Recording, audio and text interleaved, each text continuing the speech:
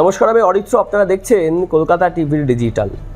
এই মুহূর্তে রাজ্য রাজনীতির খবরে একটু নজর রাখলে বুঝতে পারবেন প্রতীক বদল নিয়ে বড্ড চিন্তিত হয়ে পড়েছে রাজ্যবাসী বা যারা রাজনীতি কারবার করেন। হ্যাঁ, প্রতিকূলের প্রতীক বদল। কাস্তে হাতুড়ি তারা থেকে তিনি এখন ঘাসফুলের সদস্য অভিষেক বন্দ্যোপাধ্যায়ের হাত ধরে তিনি যোগদান করেছেন। আর এই ঘটনার মুহূর্তের মধ্যে রাজ্যের সিপিআইএমের তরফ থেকে প্রতিকুর রহমানকে বহিষ্কার করা হয়েছে। একটা বড় গুচ্ছ প্যারাগ্রাফ লিখে বহিষ্কার। সেই বহিষ্কারে গিয়েও আবার বিতর্ক শুরু হয়েছে। কি বিতর্ক বলবো আপনাদের এই ভিডিওতে। শনিবার বিকেলে প্রতিকুর রহমান তৃণমূলে যোগ দেওয়ার সঙ্গে সঙ্গেই তাকে বহিষ্কারের কথা ঘোষণা করে সিপিএমের রাজ্য কমিটি। প্রতিকুরকে নিয়ে অস্বস্তিতে পড়ার পর এবার তাকে শাস্তি দিতে গিয়েও বিপাকে পড়ল আলিমুদ্দিনের লালবাড়ি। কারণ প্রতিকুর রহমানকে বহিষ্কার করার সিদ্ধান্ত জানিয়ে যে লিখিত বিবৃতি দেওয়া হয়েছে তাতে বহিষ্কার বানানটাই ভুল। মানে সিপিআইএম যেটা করতে চাইছে তার বানানটাই ভুল লিখে ফেলেছে। এবং সিপিএমের এই বিবৃতিতে বানান বিভ্রাট নিয়ে খোঁচা দিতে ছাড়েনি শাসক দল তৃণমূল কংগ্রেস। দেবেই তো, বানান ভুল নিয়ে সিপিএম নেতৃত্বকে খোঁচা দিয়েছেন সিপিএমেরই আর এক বহিষ্কৃত নেতা, যিনি আবার তৃণমূলের রাজ্যসভার সাংসদ ঋতব্রত বন্দ্যোপাধ্যায়। সিপিএমের জারি করা ওই বিবৃতিতে বলা হয়, গুরুতর দল বিরোধী কার্যকলাপে যুক্ত থাকা এবং শত্রু শিবিরে যোগ দেওয়ার অপরাধে পার্টি গঠনতন্ত্রের 19 নম্বর ধারার 13 উপধারা অনুযায়ী প্রতিকুর রহমানকে তৎক্ষণাৎ বহিষ্কার করা হয়েছে। এবং এই বিবৃতি সামনে আসতেই আসরে নামে তৃণমূল কংগ্রেস।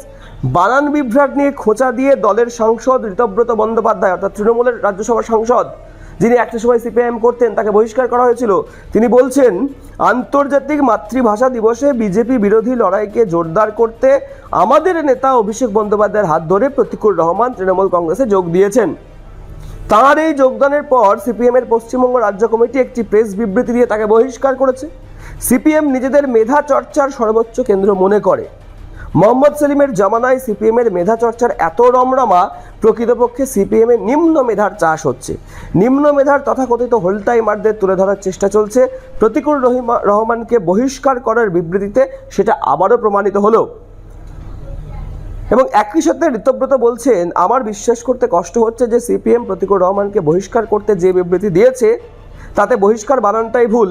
হাজার হাজার তেজি মেধা সম্পন্ন ঘোড়াকে নিয়ে নাকি আলিমুদ্দিন স্ট্রিট কাজ করছে, তারা নাকি বহিষ্কার বানানটাই ঠিক করে লিখতে পারছেন না। চারিদিকে এত মেধা রয়েছে, প্রেস বিবৃতিটা দেওয়ার আগে একবার কাউকে দেখিয়ে নিলে হতো না? দয়া করে ওই প্রেস বিবৃতিটা সেলিম সাহেবরা পাল্টে নেবেন, এটাই আশা রাখি। কে বলছেন? ঋতব্রত বন্দ্যোপাধ্যায়, আরও একজন সিপিএম থেকে বহিষ্কৃত নেতা। যদিও সিপিএম নেতৃত্বের পক্ষ থেকে ঘটনার প্রায় 24 ঘন্টা হতে চলল, এই বিবৃতির বানান ভুল নিয়ে কোনো প্রতিক্রিয়া পাওয়া যায়নি।